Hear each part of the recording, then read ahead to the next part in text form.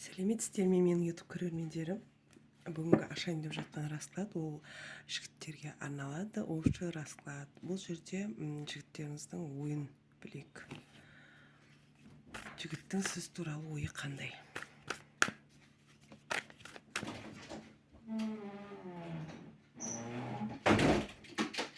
Жігіттің сізге деген ойы қандай, көрейік.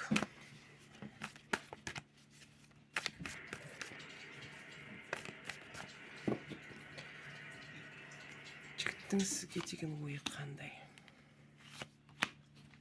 Иллюзия карталары түсіп жатыр. Яғни бұл жерде мечей картасы түсті. Ойлаудан шаршаған, қиялдайды, қол жетпестей болып тұр. Сіз туралы ойы жігіттің. Тағы не ойлайды жігіт? Сізді интернет желісі арқылы көреді, бақылайды, және де ештеңе істей алмайды. Отношенияның жаңа сатысын көргісі келеді, яғни барлығын жаңадан бастау деген сияқты. Бұл жерде сізді ұнатады, ұнату бар. Өзіңізге де жеке айтқысы келеді, осы сені ұнатам деген сияқты. Бұл жерде кубковый карта түсіп тұр, королева кубковый карта. Өте әдемі, жұмысы бар, әйел адамды көрсетіп бейнелеп тұр. Әсемдік деген сияқты, сұлулық деген сияқты, сондай бір сізді қиялдайды әлі де. Ұнату бар. Бір бұларда бір құштарлық, сезім бар ма, көрейік. Бір сізге қарай тартылыс бар ма?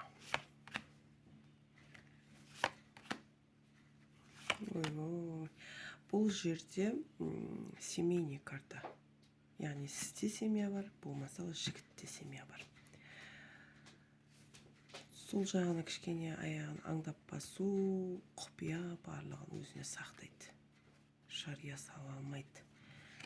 Жігіт соны ойлап тұр. Кездесу болады ма? Бұл жерде нақты кездесу жақын арада болады деп айта алмаймын, өйткені уақытты көрсетеді. Және де бұл жерде қиялдайды. Өзін жұмыс істеп жатса да, ойының барлығы басқа жақта сізде болып тұрады. Үнемі ойлап жүреді. Біраз уақыт бар дейді, семья кедергі болып тұр кездесуге деген. Жұмыс жасайтыныңыздан хабардар. Бұл жерде отношенияны аяқтайын ба дегенде ойы бар. Жігіттің ойында осы. Өйткені сіздің де күйеуіңіз болуы мүмкін. Ары қарай көрейік.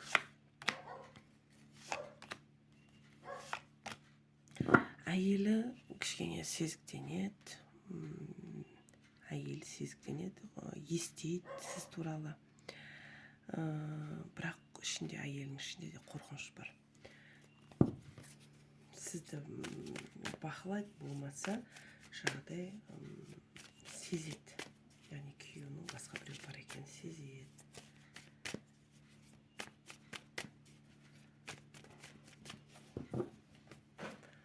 Ары қарай көрейік. Жігіттің қадамы болады ма кездесуге деген?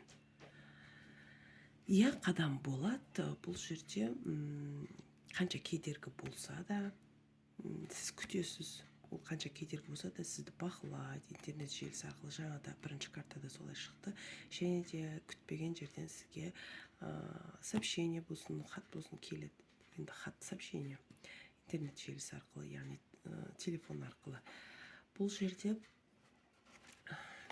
нені меңзейді?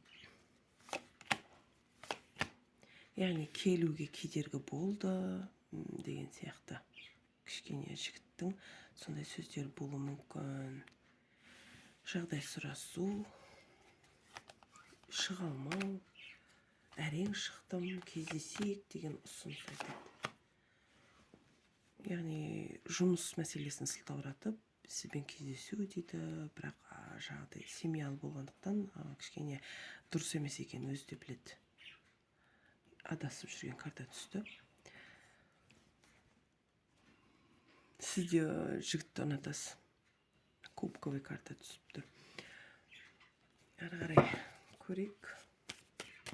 Енді бұл жерде айтатын болсам, жігіт семьялы болмаса, сіз сол кедергі болып тұр.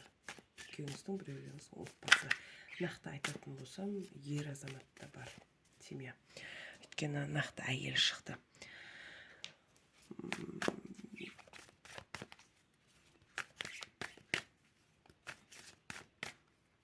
Негізі сезім бар болған ба, бар ма?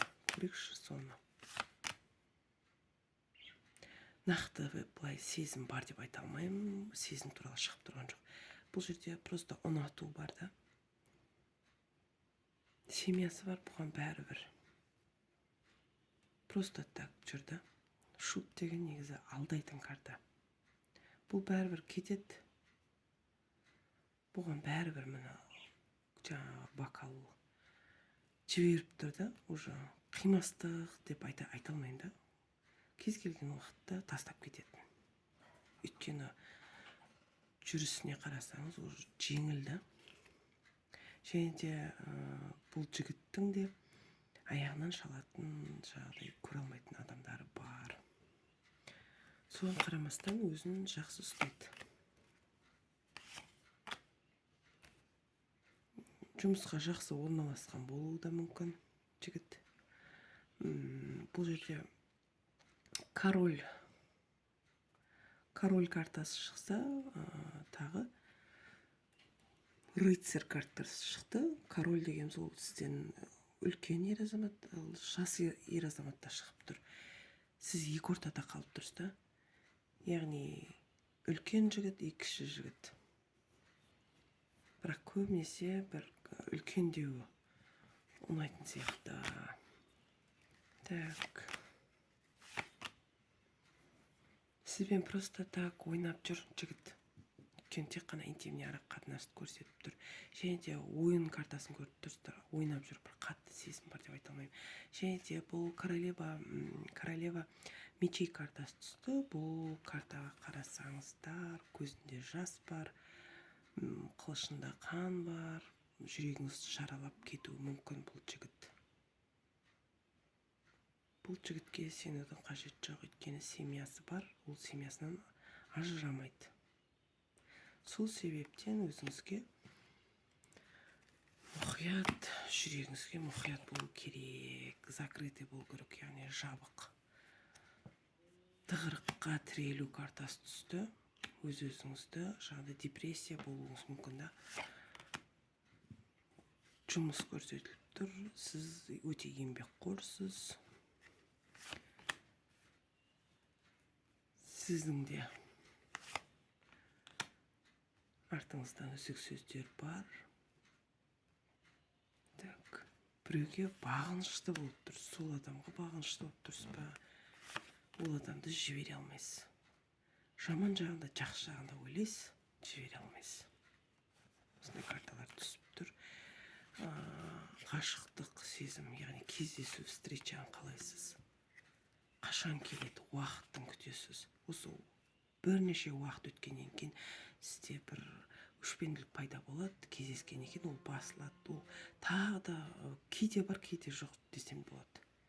Ұзақ уақыт жоқ болып кетеді, одан кейін қайтадан оралады. Сіз негізі бұл жігітке сенбейсіз, сенімсіздік бар. Және де ішіңізде бір мұң бар. Күтуден шаршаған адамды көрсетіліп тұр.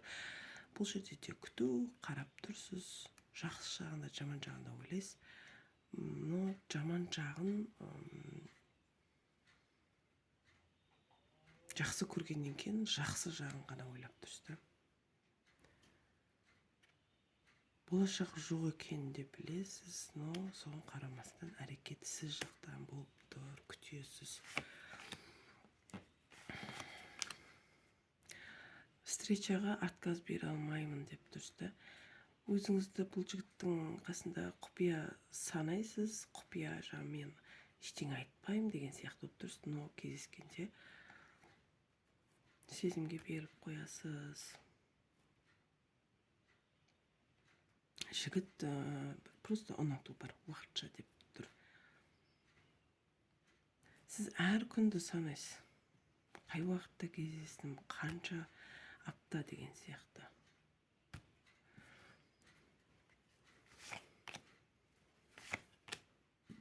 жүрек жаралы болып қалады, екі ойлысыз, жіберейін ба жібермейін ба деп.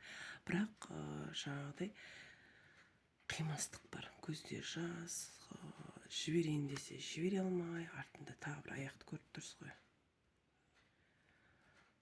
Бұл жерде қанша соққы болса да жүрекке ұмыта алмайды, қақиып тұрсыз да, артта тіреп тұр тағы бір аяқ. Бір болады ғой, әшейін жүрген адам сияқты сезінесіз да. Осындай халге жетпеу үшін отношенияны тоқтату керек, ара қатынасты. Бұл общий расклад, егерде сіздерге сәйкес келмесе, бұл сіздің раскладыңыз емес. Егерде сізге сәйкес келсе, онда лайк басып, комментарий жазып кетіңіз. Кез келген сұрақтарға жауап ала аласыздар. Ол үшін менің каналыма тіркеліп қойсаңыздар, тіркелсеңіздер, бірінші болып сіз көресіз. Мен әрдайым осындай расклад видео салып отыратын боламын.